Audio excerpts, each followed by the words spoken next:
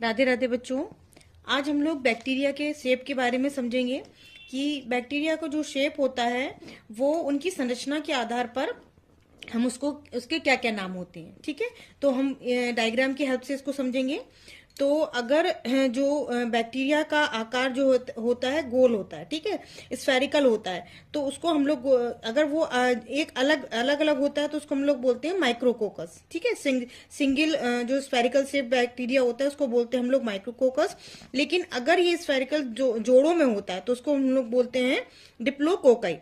तो उसको हम क्या बोलेंगे, डिप्लोकोकाई। लेकिन अगर बैक्टीरिया का शेप एक चेन के रूप में होता है, चेन में होता है, तो उसको हम लोग बोलते हैं स्ट्रेप्टोकोकी, स्ट्रेप्टोकोकाई। ठीक है, इसी तरह से अगर ये 4 के पैकेट में होते हैं तो इनको हम लोग बोलते हैं टेट्राड्स। क्या बोलते हैं, टेट्राड।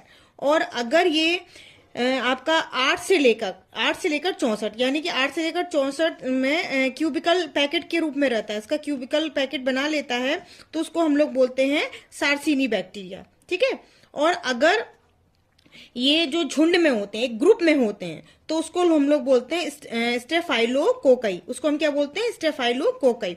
तो ये तो स्फेरिकल में शेप में संरचना है।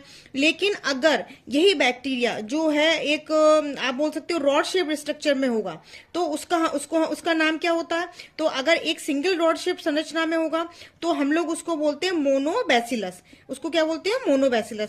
लेकिन जब ये जोड़ों में होता है तो हम इसको बोलते हैं डिप्लोबैसिलस। एंड इसी तरह से ये एक चेन के रूप में होता है तो हम लोग उसको बोलते हैं स्ट्रेप्टोबैसिलस। यानी कि जो हम माइक्रोस्कोप में देखते हैं तो उसकी संरचना के आधार पर फिर हम इसकी संरचना कैसी है, रॉड शेप है या स्फेरिकल है, उसके आधार पर इसका नाम होता है। जैसे कि ये है चेन के रूप में है तो ये क्या है, स्ट्रेप्टोबैसिलस। ठीक है, अब क्या है कि अगर इसमें कोमा की आकृति का होता है, कोमा होता है ना, जो कोमा की शेप का होगा, तो उस बैक्टीरिया को हम लोग बोलते हैं विब्रियो। क्या बोलते हैं, विब्रियो बैक्टीरिया।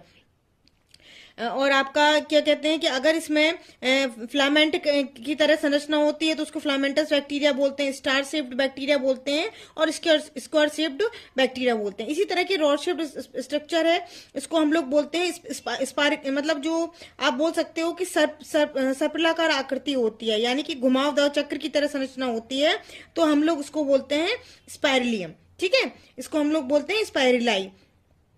इस तरह की इसके शेप के आधार पर उसका नाम रखा जाता है। यानी कि अगर वो स्फेरिकल होगा तो कोकस या कोकई, और क्या कहते हैं कि अगर रॉड के शेप का होगा तो वैसिलस होगा, कॉमा के शेप का होता है बाइप्रो। तो ये शेप के आधार पर हम बैक्टीरिया का नाम इसमें दिया गया, जो आपके क्वेश्चन में पूछा जा सकता है कि